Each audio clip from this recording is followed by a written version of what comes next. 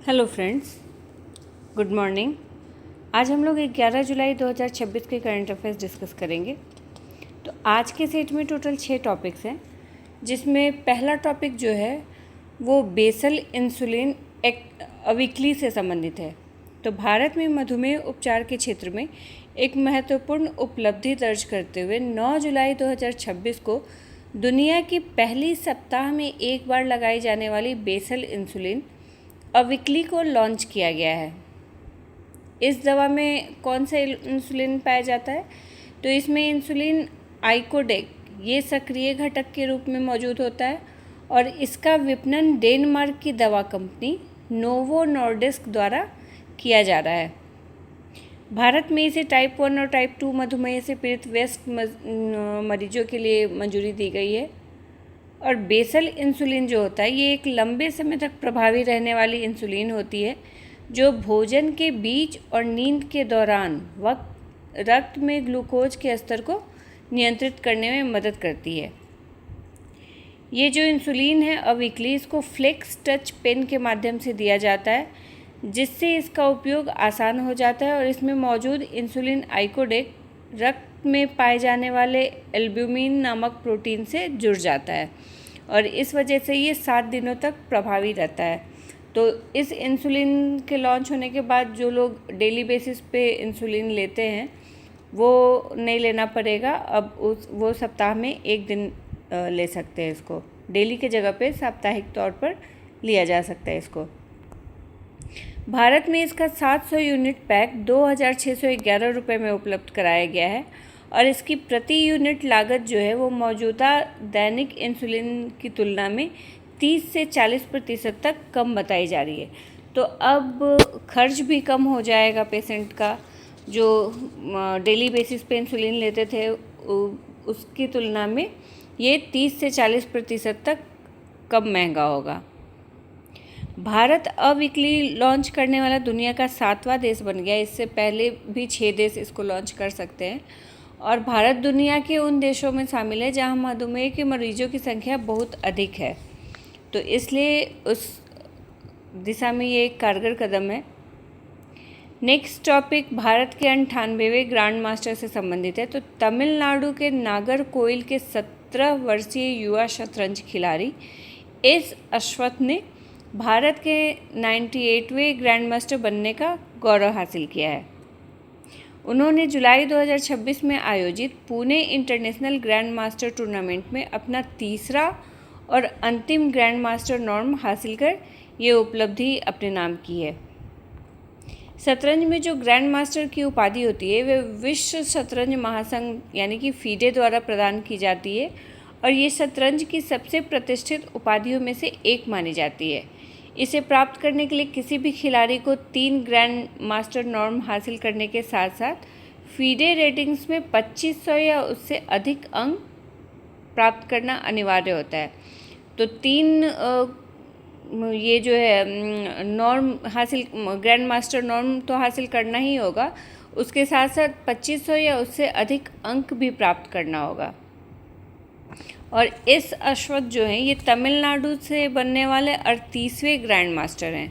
मतलब इससे पहले और भी 37 ग्रैंड मास्टर तमिलनाडु से थे। तो अगर देखा जाए तो 98 में 38 तो सिर्फ तमिलनाडु से ही हैं। अब 100 ग्रैंड मास्टर से मात्र 2 कदम पीछे है भारत। 2 और ग्रैंड मास्टर अगर बन गए तो भारत में 100 ग्रैंड मास्टर हो जाएंगे शतरंज के।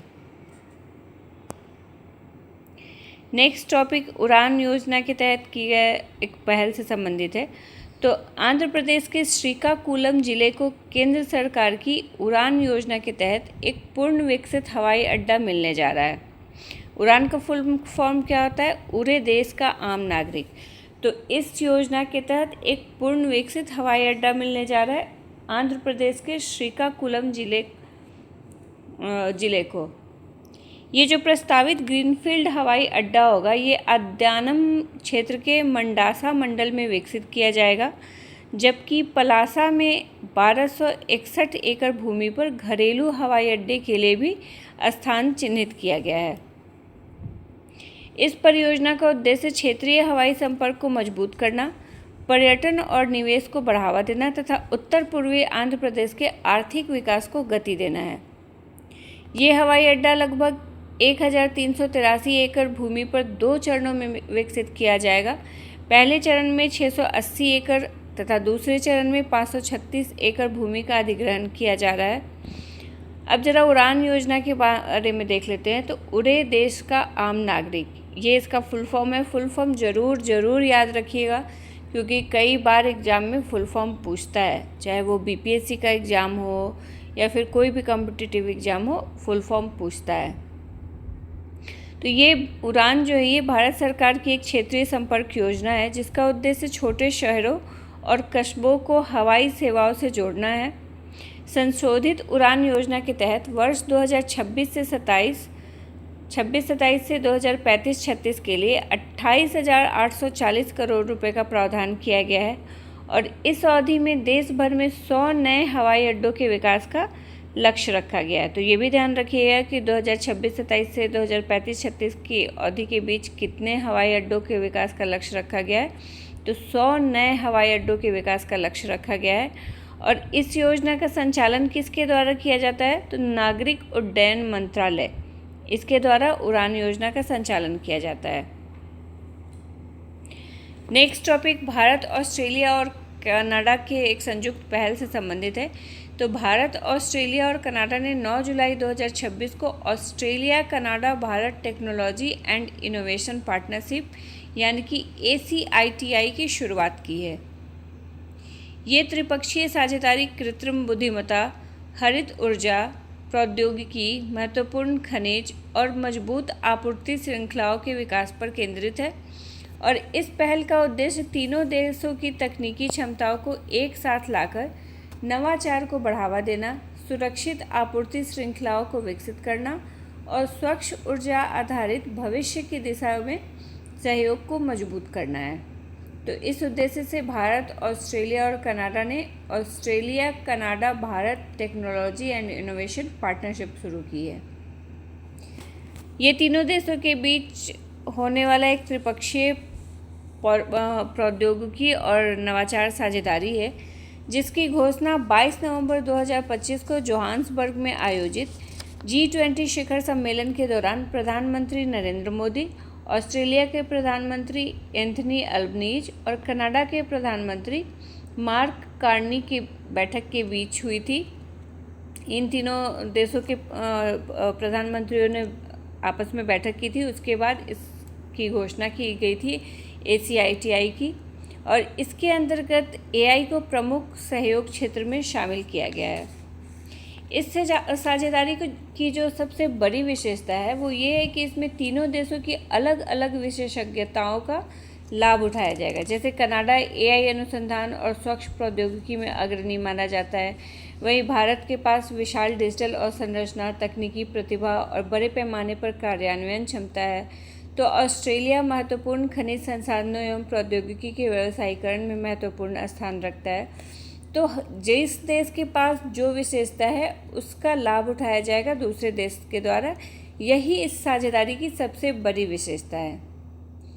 इसका भी फुल फॉर्म ज़रूर याद रखिएगा, क्योंकि ये भी पूछ सकता है ACITI, Australia Canada India technology and innovation partnership, ये इसका फुल फॉर्म है।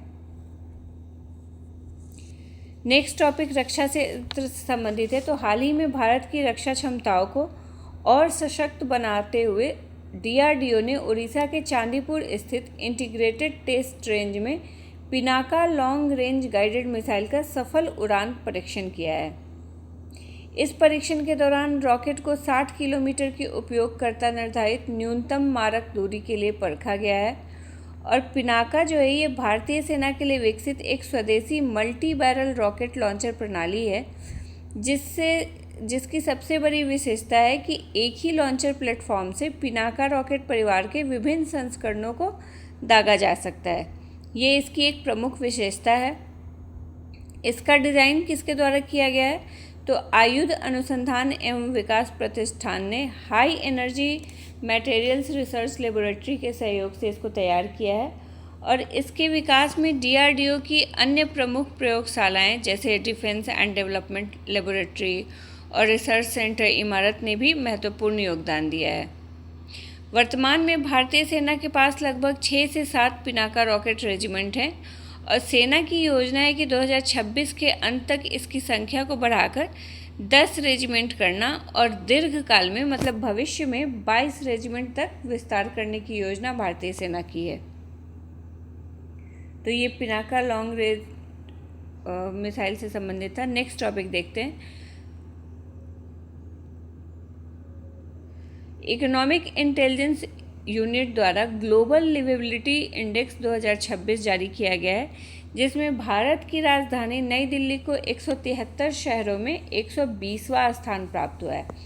तो अगर भारतीय शहरों की बात करें तो सबसे अच्छा स्थान नई दिल्ली को ही प्राप्त हुआ है और नई दिल्ली को इस रिपोर्ट में कुल 48.1 स्कोर प्राप्त हुआ है।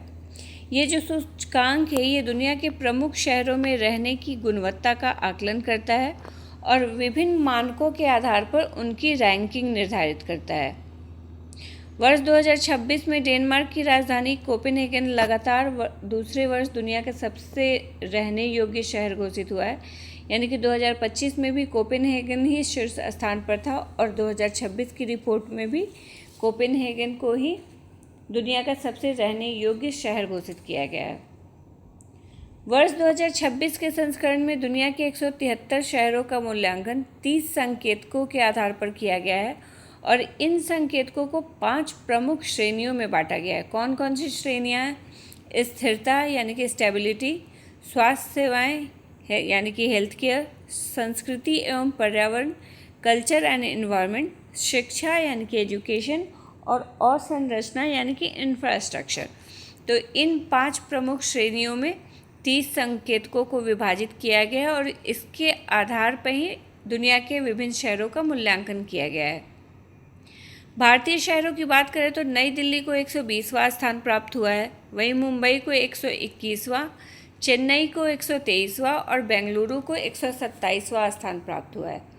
तो ये 4 शहर हैं जिनको इस रैंकिंग में 173 शहरों की रैंकिंग में स्थान प्राप्त हुआ है, जिसमें नई दिल्ली को 120वां स्थान प्राप्त हुआ है और भारत की दृष्टि से ये सबसे अच्छा स्थान है।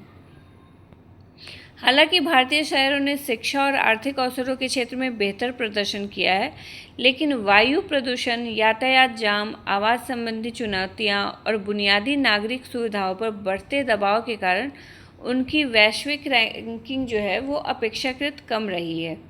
तो इन सभी कारणों से भारतीय शहरों की वैश्विक रैंकिंग उतनी अच्छी नहीं रही है, लेकिन फिर भी शिक्षा और आर्थिक अवसरों के क्षेत्र में इन शहरों ने काफ़ी अच्छा प्रदर्शन किया है।